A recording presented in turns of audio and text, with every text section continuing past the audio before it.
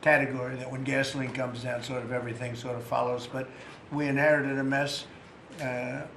Affordability, but you can call it affordability or anything you want, but the Democrats caused the affordability problem, and we're the ones that are fixing it. So it's a very simple statement. They caused it, we're fixing it, and they have a tendency to just say this election's based on affordability, and nobody questions them, John. You know, nobody says, "Oh, well, what do you mean by that?" But they just say the word. They never say anything else because they caused the problem, but we're fixing the problem.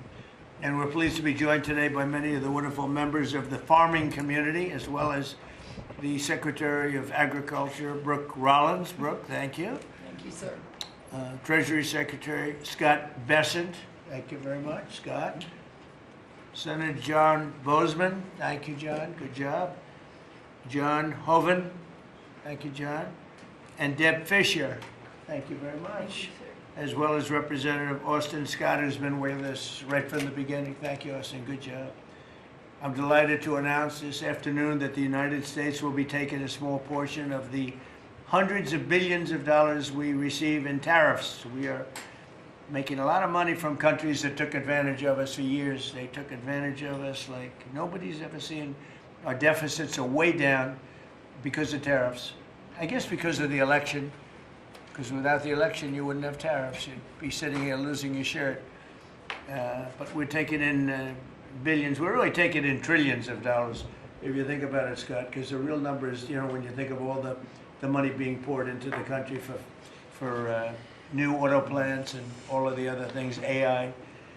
So what we're doing is we're taking a relatively small portion of that, and we're going to be giving and providing it to the farmers in economic assistance. And we love our farmers, and as you know, the farmers like me, because you know, based on voting trends, you could call it voting trends or anything else, but they're great people. They're the backbone of our country. So we're going to use that money to provide $12 billion in economic assistance to American farmers. $12 billion is a lot of money, Meryl. What do you think? Peanuts for you, though, right? Peanuts. She's a farmer of rice. This relief will provide much-needed certainty to farmers as they get this year's harvest to market and look ahead to next year's crops, and it'll help them continue their efforts to lower food prices for American families. And again, we inherited something that we inherited the worst inflation in the history of our country, and we're taking care of it. Farmers are an indispensable national asset, part of the backbone of America. I've always felt it so strongly. They're so important. Unfortunately, under sleepy Joe Biden, he was a sleepy guy, our farmers were crushed by the worst inflation in modern history and crippling restrictions on energy, water, and countless other necessities for farmers. And what they did to the farmer in terms of putting the brakes on was just absolutely unacceptable. In my first term, we had an agricultural trade surplus by a lot. We had a big surplus, meaning we were exporting American agricultural products all over the world, making a net profit, and in many cases a very substantial profit. He came in and ruined it. Biden turned that surplus into a gaping agricultural deficit that continues to this day, but we're knocking it down. It's starting to go very good. In fact, China, as you know, is buying a tremendous amount of soybeans, and the number, I spoke with President Xi recently, very recently, and I think he's going to do even more than he promised to do. So I think the relationship is a very good one. I think he's going to do more than he promised to do, and what he promised to do is a lot. So we're very happy with that. In the last year, Biden bankruptcies rose by 55%, having to do with farms. So farm bankruptcies under Joe Biden went up 55%. That's not good. But now we're once again in a position where a president is able to put farmers first. But unfortunately, I'm the only president that does that. On day one, I terminated the Green New Scam.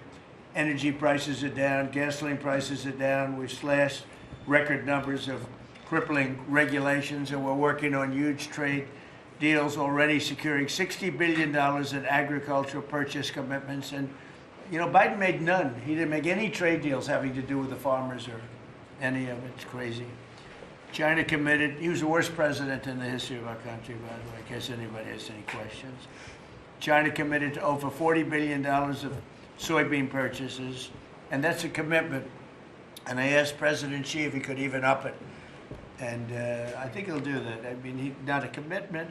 The 40 billion is a commitment, but the soybean farmers are quite happy. Since my successful meeting in South Korea with President Xi, purchases have been made and soybeans are being exported out of the United States to China as we speak. And I say that our soybeans, I told this to President Xi, our soybeans are more nutritious than competitors. Somebody said, is that a Trump statement or is that real? In fact, you know who asked me that question? President Xi asked me that question. He said, really, I had never heard of it. And he was a food purchaser for a long time.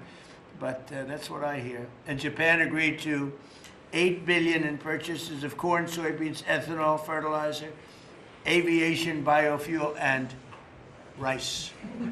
You know, Japan never bought rice from anybody else. It's like a very important thing to them. And they agreed to buy rice, okay? Absolutely. So I also proudly signed into law the largest tax cuts in history, and the one big, beautiful bill, the monumental tax relief bill that is benefiting very, very strongly, benefiting the American farmer. And I think also for farmers, we have, as you know, and we got this, the estate tax, or the death tax, as they call it, on farmers, on small businesses. You don't have to pay it anymore. A lot of farms, you love your children, and your children are great, and they want to be farmers, and you leave the farm of your children, and a lot of farms are, you know, sort of cash poor, land rich, cash poor, and the kids would go to the local bank or to any bank, and they'd borrow money to pay the estate tax, and they'd end up losing the farm. They go bankrupt, and a lot of death too. You know, literally, because they love their farm and they love their business and they love that way of life, they end up committing suicide. A lot of suicides. We have no more estate tax. How about that? Do you have children? I do. Well, let them know. Now, if you love your children, then it's good. If you don't love your children, you don't have to leave them anything. It doesn't matter what I just said. They're still young. I still love them. I have a feeling you love them. I still love them. I have a feeling you love your children. But the estate tax is a very big thing, so you don't have estate tax. You die, you leave your farm or whatever, or small business to your children, you don't have to pay estate tax. It seems to affect the farmer more than anybody else, because you can have a farm that's very valuable, and therefore you have to pay a big tax, but it's not a big value in terms of cash. Maximizing domestic farm production is a big part of how we will make America affordable again, and bring down grocery prices for American families. And again, these are prices that we inherited. When I left, we were doing incredible. In 4 years, what they've done to this country in so many, and not even mentioning the border and the criminals allowed into our country and all of the other. So I just want to say it's a tremendous honor being with you. I'd now like to ask Secretary Rollins to provide some of the details, followed by Secretary Bessent, Director of the National Economic Council, Kevin Hassett, Senator Bozeman, Representative Scott, and then we go to a couple of the farmers' representatives, but we'll all get involved a little bit. You can speak. Anybody is shy to speak in front of the press, and I don't blame you if that's the case, but farmers, Court Holub and Merrill Kennedy will say a few words also, and then we'll have a little discussion, okay? Madam Secretary. Thank you to the greatest boss in the world for a long time now. It's just an honor to be here. I'm going to keep my comments very short because I really want to make sure that you and the world gets to hear from our farmers. So a couple of quick points. Number one, this country and our farm economy is facing a crisis that we inherited that most of these farmers have not seen in their lifetime. Profitability is down. It's just one crisis after another. When we came into office, or when you did and you were sworn in on January the 20th, as you mentioned, not one new trade deal had been struck in 4 years.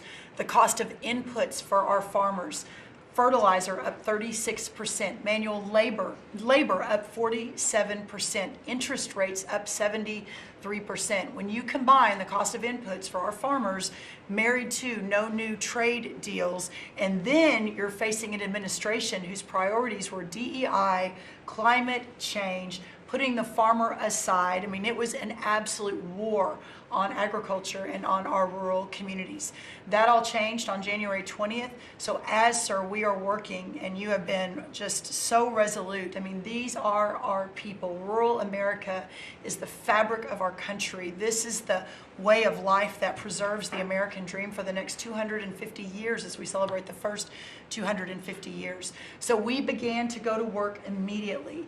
What these elected officials sitting across from us did with the One Big Beautiful Bill, with a lot of help and direction from you, was the largest investment in rural America in any of our lifetimes. We will begin to see that effectuated next year in 2026. As we have fought to bring input costs down, you have talked about, and even this weekend did an executive order, signed one, on looking into the reason that so much of these costs have been driven up over and over. Equipment, again, fertilizer, seed, et cetera, et cetera. We have to make sure we understand why that is. And then the continuing of the additional trade deals across the world. And no longer will America be held and beholden to the regime of other countries' tariff infrastructure. Instead, we are moving our products out across the world. Having said that, and we have been listening to the farmers for the last 10 months, 11 months, sir, that the bridge that is needed to get from the last administration and what basically happened under the last president and the last U.S. Department of Agriculture to this new golden age for farmers, where instead of farming for government checks, they can farm to feed their family and sell their products and pass it on to the next generation, that this bridge is absolutely necessary based on where we are right now. So as the president said, we are very pleased to announce that today we are going to be effectuating an $11 billion bridge payment to our farmers. The money will move by February 28th of 2026, but by the end of this month, so just in the next couple of weeks, every farmer that is able to apply for it will know exactly what that number looks like. So as you are going to your lender, as you are working to ensure and understanding what you can plant for next year, you will have that number in hand. And we will continue to talk to our farmers, continue to understand exactly what this looks like and what is necessary. The final thing I'll say is 12 billion. Well, we're holding $1 billion back. So today we are announcing $11 billion. We are holding $1 billion back just to ensure that we are covering. So today's announcement covers all of our row crops, but some specialty crops and others that we are still working with to best understand where they are in the farm economy and ensure that we're making every forward-moving position that we need to. And then finally, as we move to this new golden age for agriculture and for rural America, as we continue to fight for these farmers and ranchers, their way of life, and those that are represented here represent hundreds of thousands of farmers across this country, just know that this president, I have never been around anyone who every time we talk, he asks, how are my farmers? Every single time. So we will never stop fighting. We will make sure that we're doing everything we can to ensure the next 250 years is just as bright, if not brighter, than the last. So thank you, sir. Brooke. Thank you. And this money would not be possible without tariffs. The tariffs are taking in, hundreds of billions of dollars, and we're giving some up to the farmers because they were mistreated by other countries for, I don't know, maybe right reasons, maybe wrong reasons. They weren't. They were trying to show us something, and it's really worked out really well. But because of the tariffs, this is possible. The other thing I'd like to add before going to Scott, and I think it's very important, we're going to also give the tractor companies, John Deere and all of the companies that make the equipment, we're going to take off a lot of the environmental restrictions that they have on machinery. It's ridiculous. I know because I buy a lot of that machinery for different things. We have a lot of big clubs with, hundreds, thousands of acres. And I buy a lot of stuff, and you buy it, it's got so much equipment on it for the environmental, it doesn't do anything, except it makes the equipment much more expensive and much more complicated to work, and it's not as good as the old days. And we're going to take a lot of that nonsense off of the equipment, which is going to reduce, and we're going to do it, and we're going to say you're going to reduce the prices. We're not going to do it and they're not going to reduce. They're going to have to reduce their prices because farming equipment has gotten too expensive. And a lot of the reason is because they put these environmental excesses on the equipment, which don't do a damn thing except make it complicated, make it That's right. impractical. And you really have to be, in many cases, you need about 185 IQ to turn on a lawnmower. Now, so we're going to take that off, that crap off that they put on, Biden mostly, and we're going to take that off. So that's going to make that'll bring down the equipment prices That's a right. lot. That's right. And we're going to do that immediately. You're going to work with Lee Zeldin, who's not here, he's doing a fantastic job, and Lee is going to work that out. And that would be most of it. It's crazy. The machines, they're always under repair because they're so complicated that you can't fix them. The old days you used to fix it yourself. Now you can't do that. You have to be a PhD from, let's say, MIT. Okay, so we're going to get that done. Scott, please go ahead. Good. Thank you, Mr. President. Thank you to the farmers to join us today. Yep. Rim pop. All right, thank you, man.